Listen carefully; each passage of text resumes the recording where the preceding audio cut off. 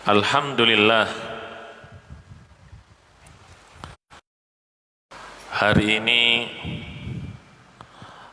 bertepatan dengan Idul Istiqlal di Indonesia. Hari ini bertepatan dengan hari kemerdekaan Republik Indonesia. Mudah-mudahan Allah selalu meridhai negeri kita dan negeri kita menjadi negeri yang berjaya, yang berdaulat, yang bermartabat, dan penduduknya taat kepada Allah Subhanahu wa taala. Amin, Allahumma amin. Hadirin yang dirahmati oleh Allah Subhanahu wa taala. Disebutkan di dalam kitab Al-Maqasid Al-Hasana Lis-Sakhawi, kalau kita ingin mengetahui kualitas daripada seseorang, maka dilihat dari 3 hal, kata beliau. Idza aradta an ta'rifar rajul fandur kaifa tahannunahu ila awtani wa tashawwuqahu ila ikhwani wa buka'ahu ala ma madha min zamani. Dikatakan oleh ulama, kalau engkau ingin mengetahui kualitas daripada seseorang, lihatlah daripada 3 hal ini. Yang pertama dikatakan kaifa tahannunuhu ila autani, bagaimana kerinduan seseorang kepada autani, kepada tanah airnya. Memiliki rasa cinta yang besar kepada negerinya, memiliki simpati yang besar kepada negerinya, sangat cinta, maka kualitas seseorang bisa dilihat dari itu, kata ulama. Gimana rindu kepada tanah airnya? Rindu di sini bukan latah-latahan seperti seseorang. Apa namanya, ketika 17 Agustus nulis semua latah-latahan, bukan begitu. Orang rindu itu ada buktinya. Seseorang rindu kepada Nabi Muhammad, buktinya apa? Membaca sholawat yang banyak. Seseorang rindu kepada ulama, ziarah kepadanya, silaturahim kepadanya. Seseorang rindu kepada negerinya, akhirnya yaitu buatlah sesuatu yang bermanfaat bagi negeri itu. 17 Agustusan dirayakan dengan apa? Dirayakan dengan misalnya cerdas cermat, bagus, ini urusan pendidikan. Dirayakan dengan apa? Istighosah tadi malam, bagus itu. Apa? Memperingati haul daripada syuhada 45. Ada ngawur, ingin memperingati daripada kemerdekaan, tapi diisi dengan apa? Orkes-orkesan. Coba pejuang tadi yang mati syahid itu hidup, dipentungi orang ini. Kenapa? Gak gampang memerdekakan daripada suatu negeri. Kenapa? Dikatakan oleh sebagian ulama bahwasannya kemerdekaan itu ibarat seperti syajaratun thayyibatun, ibarat seperti pohon yang indah, la tanmu illa bitadhiyah, ibarat seperti pohon yang indah dan tidak bisa tumbuh besar kecuali dengan pengorbanan. Ini negeri kita sampai merdeka, ini bukan cuma ada kalimat kata merdeka, ini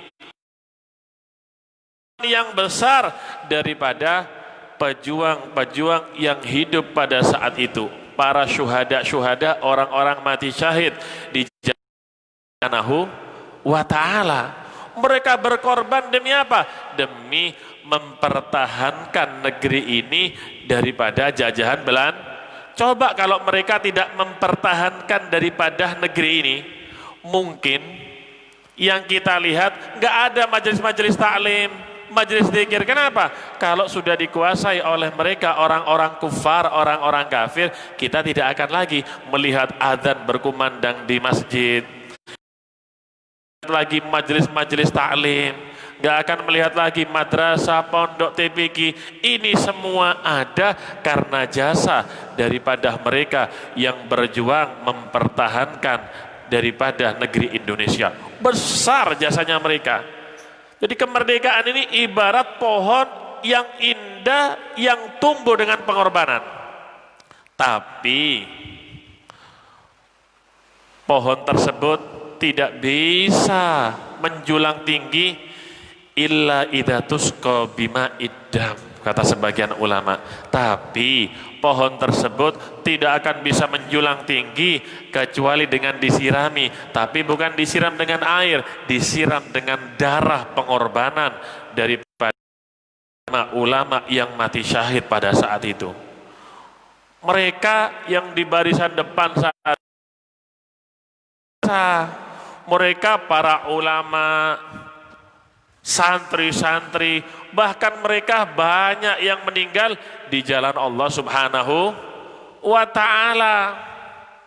Sampai diceritakan dari sebagian orang, Syekhona Khalil itu zaman dulu, tank-tank Belanda itu sudah banyak, nggak ruwet gimana caranya mengalahkan mereka.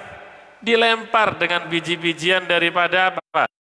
Bijian dari kacang hijau dilempar, yang meledos, ya hancur. Kenapa? Yang melempar tangannya wali, ya ulama zaman dulu memang yang berjuang. Coba zaman sekarang kacang hijau dilempar, ya jadi kolek. Ya jadi kolek kalau zaman sekarang. Ya beda sama zaman dulu. Mereka melempar berubah jadi bom. Sekarang jadi kolek. Ya begitu mereka yang berjuang di barisan depan, para aulia zaman dulu, para ulama. Bahkan mereka itu masih mempertahankan sunnah-sunnahnya Nabi Muhammad Sallallahu Alaihi Wasallam. Banyak peran besar daripada para ulama, para habaib di dalam kemerdekaan Indonesia saat ini. Jangan dikira nggak ada, banyak. Tahu siapa yang mengusulkan kepada Pak Karno zaman itu, Presiden Soekarno, lambang daripada Pancasila? Sultan Abdul Hamid. Beliau yang merancang daripada lambang Pancasila. Beliau yang merancang lambang daripada Indonesia saat itu, Sultan Abdul Hamid. Bahkan Al-Habib Idrus bin Salim Al-Jufri, beliau ini seorang mufti besar ada di Hadramut. Beliau dakwah sampai ke Indonesia, sampai zamannya Belanda pada saat itu. Beliau ini pejuang yang hebat, sampai beliau ini mimpi bertemu dengan baginda Nabi besar Muhammad Sallallahu Alaihi Wasallam, dikabari Indonesia akan benderanya merah putih, kata Nabi besar Muhammad Sallallahu Alaihi Wasallam. Sampai beliau mengarang syair panjang lebar tentang kemerdekaan daripada Indonesia. Pak Karno sendiri datang kepada Habib Ali Al-Habsyi Kuitang. Habib Ali Al-Habsyi Kuitang ini pendiri majelis pertama kali ada di Indonesia. Majelis pertama itu Habib Ali Habsyi Kuitang, baru semuanya rame. Corongnya habaib dulu Habib Ali Habsyi Kuitang, sudah di sana tempatnya. Masya Allah Habib Ali Habsyi Kuitang. Sampai Pak Karno itu datang minta musyawarah. Musyawarah apa? Kira-kira kapan ini kemerdekaan dirayakan, tanggal berapa, waktunya kapan? Musyawarah sama beliau. Ya diistikharahkan, wali para aulia Allah Subhanahu wa ta'ala. Banyak perannya para habaib zaman itu, jangan dikira nggak ada.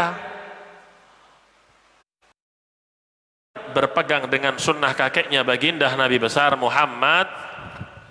Lihat itu Pangeran Imam Bonjol itu bin Sahab, Itu bin Syahab, Pangeran Diponegoro, ada riwayat beliau itu Al-Habsyi.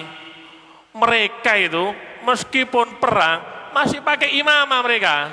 Pakai imamah. Kenapa? Sunnahnya Nabi besar Muhammad Sallallahu Alaihi Wasallam. Meskipun perang pakai sunnah mereka, pakai jubah. Lihatin gambar-gambarnya, fotonya. Ada pakai helm. Ada Imam Bonjol pakai helm. Ada pakai Pangeran Diponegoro pakai belangkon. Pakai imamah. Kenapa? Menjalankan sunnah baginda Nabi besar Muhammad Sallallahu Alaihi Wasallam. Begitu saat itu para pejuang, gak ada mereka ini takut mati. Kenapa?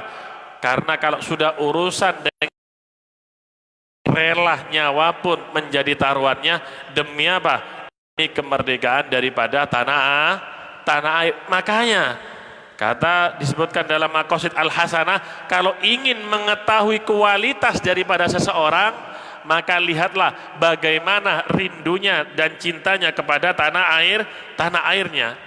Bahkan baginda Nabi besar Muhammad Sallallahu Alaihi Wasallam, sebagaimana dalam riwayat Abdullah bin Adi bin Hamra Az-Zuhri, ra'aitu Rasulullah Sallallahu Alaihi Wasallam wa huwa ala rahilatih bil hazwara yaqulu wallahi innaki la wa ahabbu ardillahi ilallah walaula anni ukhrijtu minki ma kharajtu. Dikatakan oleh Abdullah bin Adi, aku melihat Alaihi Wasallam di atas kendaraannya di daerah Hazwaro. Aku lihat Nabi pada saat itu.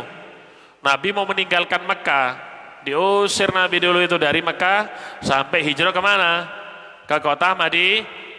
Diusir baginda Nabi Muhammad Sallallahu Alaihi Wasallam. Sama pengorbanannya besar, lebih besar daripada semuanya baginda Nabi besar Muhammad Sallallahu Alaihi Wasallam. Ketika Nabi sampai daerah namanya Hazwarah, Nabi memalingkan badannya dan memandang kota Mekah. Apa yang dikatakan oleh Nabi? Wallahi innaki la khair. Demi Allah aku bersumpah, sesungguhnya engkau wahai negeri Mekah la khairu ardillah, paling bagusnya tanahnya Allah Subhanahu wa taala. Ini dalil daripada cintanya Nabi kepada negerinya, karena Mekah saat itu suatu negeri. Wa habbu ardillah ilallah, dan engkau wahai kota Mekah paling dicintainya tanah oleh Allah Subhanahu wa taala. Walaula anni ukhrijtu ma kharajtu minki. Seandainya aku enggak diusir, kharajtu, aku enggak akan keluar, kata Nabi besar Muhammad Sallallahu Alaihi Wasallam. Lihat bagaimana cintanya baginda Nabi besar Muhammad Sallallahu Alaihi Wasallam kepada negerinya atau tempat tinggalnya. Banyak hadisnya Nabi Muhammad SAW. Bukan syirik orang cinta kepada negeri, bukan. Justru cinta terhadap negeri min alamatil iman, termasuk tanda kuat imannya seseorang kepada Allah Subhanahu. Hubbul watan, ini bukan hadis sebenarnya. Dikatakan oleh ulama hubbul watan minal iman, cinta negeri itu termasuk daripada sebagian iman. Sebagian mengartikan cinta negeri tanda daripada ini bukan hadis, katanya ulama. Sepakat ini bukan hadis, tapi maknanya sahih, makna dalam yang lain Mir'atul Mafati Mulla Ali Al-Qari, mereka semua mengatakan kalau dari segi makna tidak salah ini kalimat. Jadi boleh membawakan, tapi jangan berkata qala Rasul Sallallahu Alaihi Wasallam. Jangan berkata Rasul Sallallahu Alaihi Wasallam bersabda. Kenapa? Nabi nggak pernah berkata seperti itu, hubbul watanil iman. Tapi dari sisi makna, kata ulama, semua sepakat tidak ada yang salah dalam kalimat ini, karena memang termasuk tanda daripada keimanan seseorang cinta terhadap negerinya. Cinta terhadap negeri itu yang baik diisi dengan yang bermartabat. Jangan kayak tadi orkes-orkesan, karaokean, dangdut-dangdutan. Isi yang bermanfaat. Bagaimana Di negeri ini pendidikan dinaikkan tarafnya, bagaimana di pelosok-pelosok mencapai sampai ke sana itu pendidikan, berjuang di dalam pendidik. Kalau zaman dulu mereka yang berjuang mengorbankan sampai darah, sampai nyawa. Kita sekarang mewarisi daripada kemerdekaan ini, berarti kita harus mensyukuri daripada nikmat yang besar ini. Kalau zaman dulu mereka berjuang melawan Belanda, melawan kolonial, melawan Jepang, kita sekarang juga berjuang, tetap berjuang lewat macam-macam. Bisa berjuang lewat pendidikan, bagaimana anak-anak kecil ini semuanya mengerti tentang pendidikan, berjuang lewat madrasah, berjuang lewat pondok, semuanya yang penting isinya adalah pendidikan. Berjuang dari sisi moral, negeri ini akhlaknya baik, memiliki akhlakul karimah, moralnya baik, mereka beradab, mereka santun, mereka sopan. Begitu sebenarnya mewarisi daripada peninggalan mereka itu lebih berat.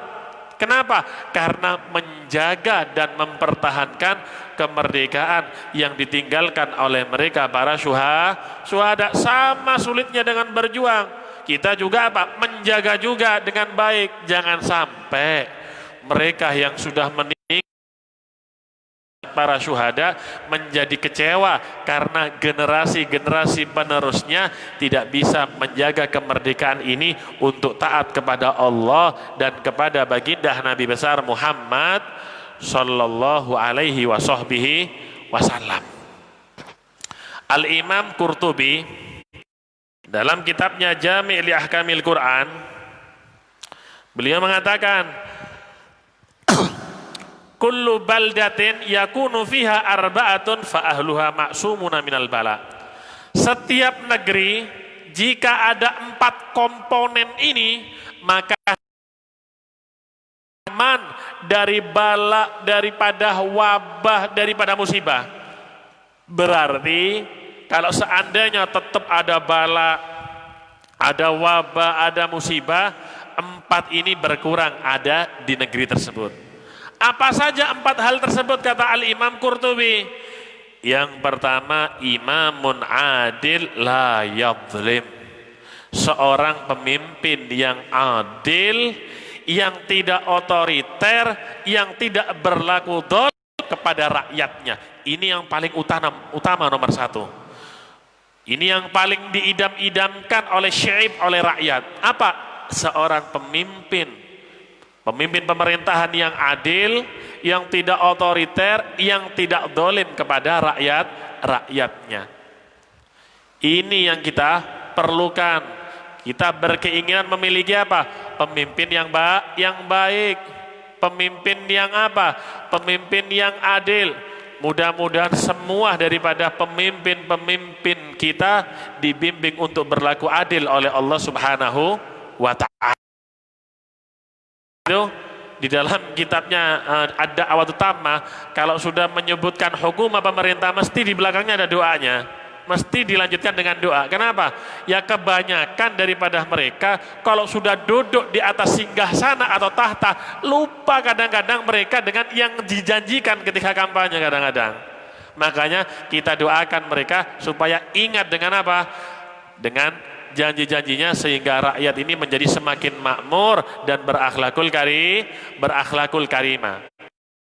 Lihat bagaimana pemimpin zaman dulu, Sayyidina Umar bin Abdul Aziz, Sayyidina Umar bin Khattab. Sayyidina Umar bin Khattab itu ketika menjadi pemimpin, beliau ini matanya bengkak 2. Bengkak matanya 2. Ditanya oleh sebagian sahabat, wahai Amirul Mukminin, kenapa kedua matamu bengkak ini? Apakah kamu kurang istirahat, kurang tidur? Dijawab Sayyidina Umar, kalau siang saya tidur, saya melalaikan tugasku, karena tugasku di siang hari yaitu menjaga daripada rakyatku. Kalau aku tidur, aku telah melalaikan mereka. Sedangkan di malam hari aku punya tugas, yaitu aku beribadah kepada Allah Subhanahu wa taala. Kalau aku tidur, aku melalaikan ibadahku kepada Allah Subhanahu. Jadi ya ini pemimpin ini yang hebat. Jadi sampai bengkak kedua matanya, kurang tidur, tapi apa? Karena khidmat kepada rakyatnya, kalau pagi sampai sore, kalau malam ganti Allah Subhanahu wa ta'ala. Ini yang kita inginkan dari semuanya. Ini yang kita inginkan. Sekarang jangankan jadi pemimpin negara, jadi kepala desa sudah tidur, siang hari tidur, gak mau diganggu. Sayyidina Umar bin Abdul Aziz, ketika beliau menjadi pemimpin, dibeber, dibentangkan karpet untuk jalan. Biasa kan presiden kalau jalan karpet gulung-gulung, digulung, dilipat. Cuma diinjak kaki kok mau apa? Kok mau dibentangkan? Eman, rugi sayang, kata beliau. Ayo dijual, uangnya taruh kas untuk kaum muslimin. Begitu.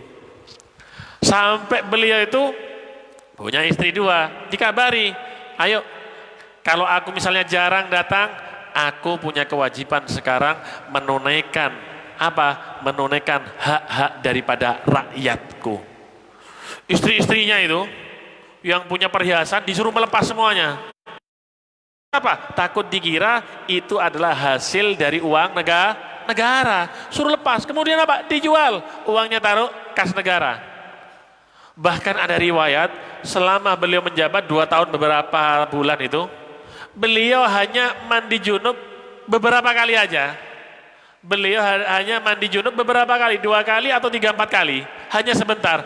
Itu menunjukkan apa? Sibuknya beliau dengan urusan rakyat. Benar-benar itu amanah dipegang kuat-kuat oleh beliau, takut tanya di hadapan Allah Subhanahu. Bahkan dikatakan oleh Sayyidina Umar atau siapa, kalau seandainya ada kucing atau ada ayam atau kambing bangkai daripada salah satu hewan meninggal salah satu daerah di Irak, aku takut nanti ditanya oleh Allah itu mati karena apa. Begitu pemimpin zaman dulu itu, takutnya kepada Allah luar biasa. Akhirnya man khafallaha akhafahullahu kulla syai'. Siapa orang yang takut kepada Allah, maka yang lain takut kepada dia. Karena dia takut kepada Allah, yang lain tunduk kepadanya. Itu mereka zaman dulu. Nggak perlu mereka ini dikawal. Sayyidina Umar bin Abdul Aziz itu ketika dikasih kawalan tentara kanan kiri, polisi, nggak mau, nggak usah ngawal saya. Cukup ada pengawal kanan kiriku, Rokib dan Atid. Nggak akan lepas saya dari dia, katanya. Gitu mereka, takut sama Allah, yang lain tunduk. Bahkan anaknya itu ketika maghrib datang ke rumahnya, anak Sayyidina Umar bin Abdul Aziz datang ke rumahnya bertamu. Ditanya oleh Sayyidina Umar, nak, kamu datang apa? Urusan negara atau urusan? Anaknya menjawab, abah, aku datang untuk urusan pribadi. Maaf ya nak, tak matikan lampu ini. Loh kenapa abah nggak kelihatan? Oh nggak bisa, ini lampu dibayar oleh negara. Berarti yang boleh merasakan ini lampu, yang bisa menggunakannya, ya mereka yang ada urusan dengan negara. Kamu urusan pribadi, ya saya matikan, nggak boleh korupsi ini. Sampai begitu mereka takutnya dengan korupsi. Kalau sekarang, ayo rame-rame korupsi, ya ini yang keliru. Zaman dulu takut kepada Allah, imamun adil. Sampai diriwayatkan, kapan sih ada cerita serigala itu berkawan majelis bareng ngopi sama kambing? Nggak pernah ada. Serigala kalau sudah ketemu dengan kambing, ya diterkam itu kambing. Kenapa? Makanan empuk. Tapi di zaman daripada Sayyidina Umar bin Abdul Aziz, karena beliau ini adil di dalam memimpin, hewan itu adil. Kenapa? Serigala sama kambing itu jalan bareng, nggak dimakan. Sampai petani itu takjub. Tapi setelah 2 tahun lebih, takjub apa? Kambing yang tiap hari jalan sama serigala, dimakan sama serigala. Bingung dia, ada apa ini?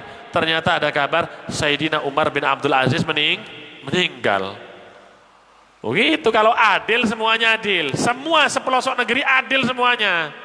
Itu sudah keistimewaan bagi seorang imam yang adil. Yang kedua, kata Imam Qurtubi, Wa alimun ala sabilil huda, seorang ulama, orang yang punya ilmu yang berjalan di jalan yang lurus.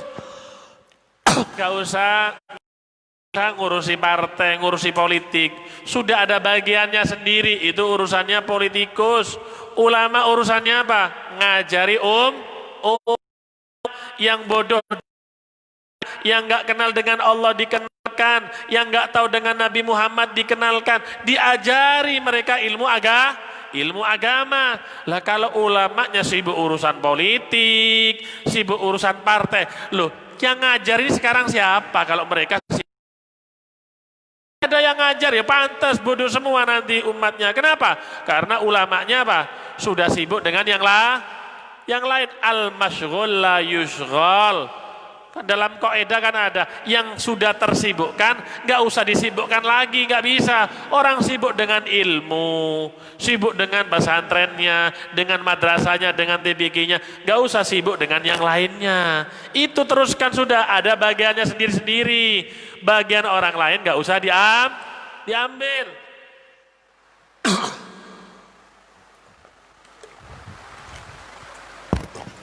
Kadang ada yang beralasan, oh nanti kalau bukan ulama yang jadi pemimpin, ya apa ini? Aduh, alasan. Kenapa? Loh kenapa saya Abdul Qadir dulu nggak alasan gitu, ingin jadi pemimpin. Imam Ghazali nggak alasan begitu. Ya wis alasan saja. Kalau sudah bagiannya itu urusan ilmu, ya urusan ilmu kayak orang-orang dahulu, nggak usah sibuk dengan yang lainnya. Terjun dalam ilmu karena bagiannya. Yang ketiga kata Al-Imam Qurtubi, wa masyayikh ya'muruna bil ma'ruf wa yanhauna 'anil munkar wa yuharriduna 'ala talabil ilmi wal Qur'an. Para guru-guru, jadi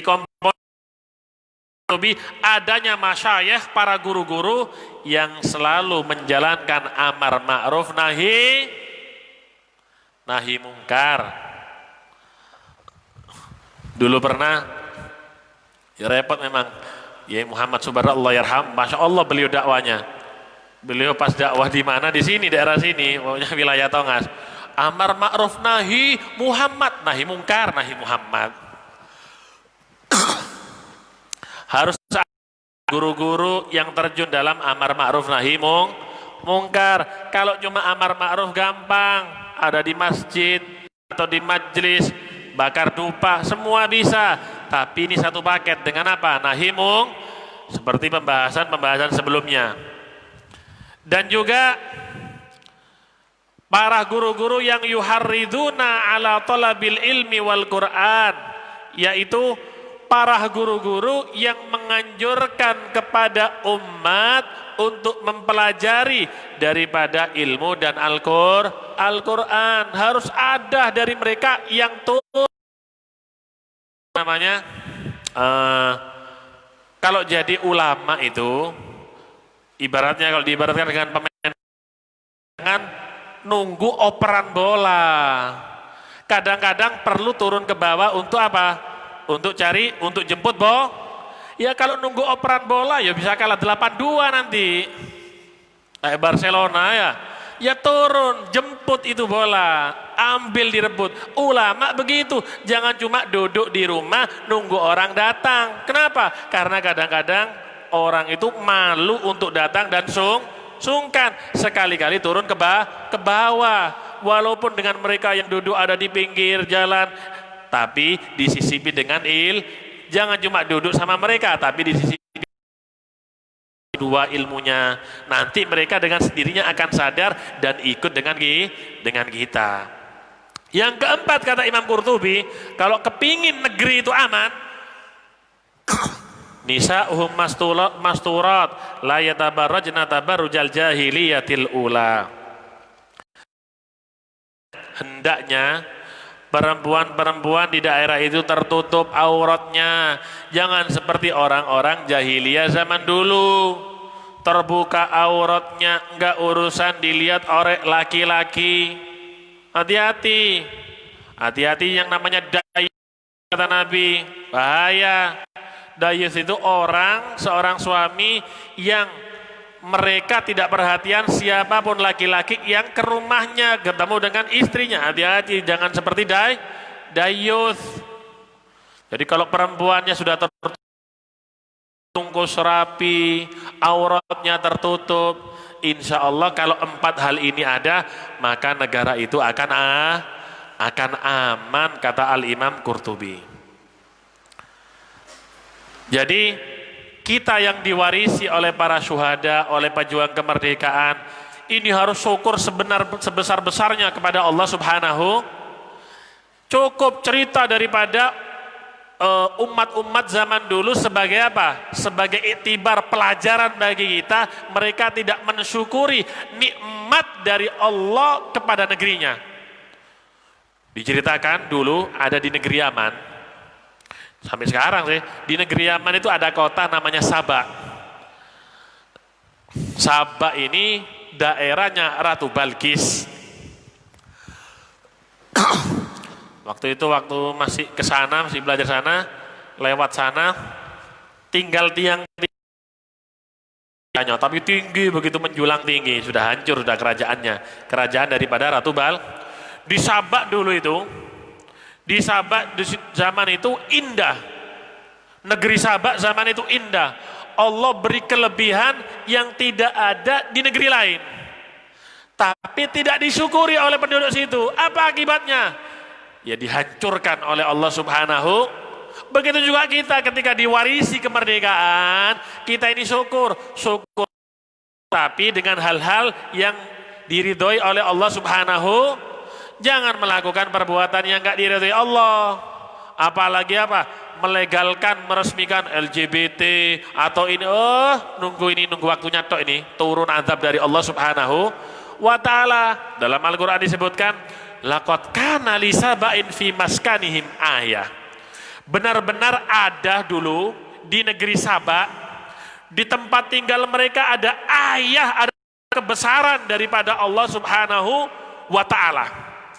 Subhanallah. Allah tunjukkan kebesarannya kepada kaum-kaum yang tinggal di negeri Sabah pada saat itu. Dengan apa? Jannatani an yaminin wa shimal. Ada 2 surga di kanan mereka dan di kiri mereka. Surga yang dimaksud di sini hadiko. Ada perkebunan yang indah, bukan 2 saja, banyak saat itu. Kanan kiri mereka itu negeri mereka dikelilingi dengan kebun yang indah yang tidak ada di negeri yang lainnya saat itu. Sampai disebutkan ini dalam Al-Quran. Kulu min rizki rabbikum washkurulah. Makanlah dari rezeki Tuhanmu dan syukurlah, katanya Allah Subhanahu wa ta'ala. Baldatun thayyibatun wa rabbun ghafur. Baldatun thayyibah, negeri yang indah, tanahnya indah, hawanya itu, udaranya segar, kata ulama tafsir. Masya Allah Sabah pada saat itu. Sampai diceritakan perempuan-perempuan saat itu kalau mau mencari buah-buahan, mereka cuma mencari karung yang biasanya dibawa perempuan itu di atas kepalanya, karung di atas kepalanya, sudah disuwun, kata orang Jawa disuwun, taruh atas kepalanya dibawa. Itu mereka ketika melewati perkebunan, kata ulama tafsir, mereka tidak pernah memetik daripada buah-buahan, jarang. Subhanallah, Allah beri keistimewaan. Ketika mereka membawa keranjang di atas kepalanya itu perempuan-perempuan, kemudian lewat bawah daripada kebun-kebun yang indah tadi, subhanallah, jatuh sendiri itu mereka. Bawa lagi, jatuh lagi itu buah-buahan. Kan enak kalau zaman ini ada. Tak nggawa keranjang sing akeh. Subhanallah, mereka nggak memetik, mereka lewat langsung jatuh itu buah-buahannya, kata para ulama. Tapi mereka yang diberi nikmat tanah airnya yang indah pada saat itu di Sabah, mereka tidak mensyukuri daripada nikmat Allah Subhanahu wa ta'ala. Apa yang terjadi? Fa'aradu, mereka berpaling, tidak bersyukur dari nikmat Allah. Fa'arsalna alaihim sailal arim, Allah Subhanahu wa ta'ala mengutus banjir bandang yang besar. Diutus banjir bandang yang besar oleh Allah Subhanahu wa ta'ala. Itu ada dam di sana, ada dam di sana, Ada dam yang besar dihancurkan oleh malaikat, ya dam kalau penutupnya sudah nggak ada apa? Ya air yang turun banjir besar pada saat itu. Yang asalnya indah itu kota Sabak dengan kebun-kebun yang indah. Apa yang terjadi dalam Al-Quran? Wa baddalnahum bi jannataihim jannatai dawa aklin khamtin wa athlin wa syai'in min sidrin qalil. Diganti oleh Allah Subhanahu wa taala dari kebun-kebun yang indah diganti dengan kebun yang kering oleh Allah Subhanahu wa taala. Yang kering kerontang, kering kebunnya. Wa athlin, dan juga diganti dengan pohon athal. Wa syai'in min sidrin qalil, dan sedikit daripada pohon sidir. Wal khomat di sini wa athlin zawatai aklin khontin. Khomat di sini ini pohon yang rasanya pahit buahnya. Diganti yang asalnya manis buah-buahannya diganti pahit kecut, wis gak enak belas rasanya. Gak enak rasanya. Kenapa? Karena tidak mensyukuri nikmat tanah air yang indah yang diberikan oleh Allah Subhanahu wa ta'ala. Lah ini buat contoh bagi kita. Kalau negeri yang sudah subur seperti Indonesia, semuanya di Indonesia ini ada. Tambang apa? Tambang emas di Freeport, tidak tahu milik siapa. Tambang nikel Newmont di sana di Nusa Tenggara. Tambang emas, tambang nikel, tambang apa aja tambang semua. Cuma kita ini kebagian apa? Tarik tambang. Kita kebagian tarik tambang. Di situ kita ini. Semuanya tambang di Indonesia, tergantung ya orang-orangnya. Kalau mensyukuri daripada nikmat Allah, ya insya Allah akan ditambah oleh Allah. La in syakartum la azidan. Dihancurkan oleh. Kenapa? Tidak syukur dengan nikmat yang Allah berikan. Dzalika jazainahum bima kafaru. Itulah balasan bagi mereka, kata Allah, bagi mereka yang mengkufuri nikmat Allah. Kami tidak membalas kecuali mereka yang mengkufuri ini nikmat. Dalam ayat yang lain Allah berfirman, walau anna ahlal qura amanu wattaqau la fatahna alaihim barakatin minas sama'i wal ard walakin kadzabu fa akhadnahum bima kanu yaksibun. Seandainya penduduk dari suatu negeri kata Allah, amanu, mereka apa? Beriman. Setelah itu mereka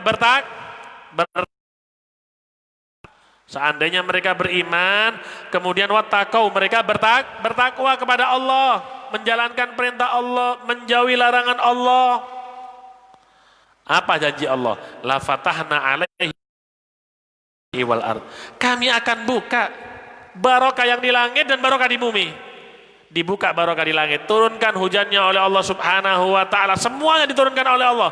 Bahkan barokah dari bumi dibuka, buah-buahnya, isinya bumi dikasih oleh Allah, tapi syaratnya amanu wattaqau, iman dan kalau kita cuma beriman, ya berarti KTP kita Islam, tapi wattaqau belum tentu kita apa? Beribadah kepada Allah Subhanahu. Nah, kalau semuanya di negeri ini beriman, akan dibuka keran rezekinya oleh Allah Subhanahu wa ta'ala. Walakin kadzabu, tapi mereka berdusta, kata Allah.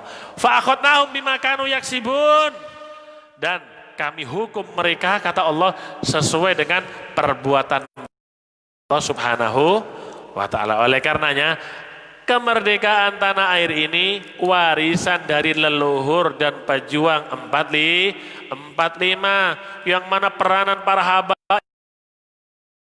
besar pada saat itu. Jadi kita sekarang anak cucu ini dititipi kita ini sekarang bagaimana mensyukuri nikmat Allah Subhanahu wa ta'ala.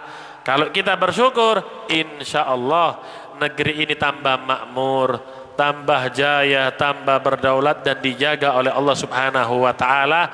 Amin, Allahumma amin.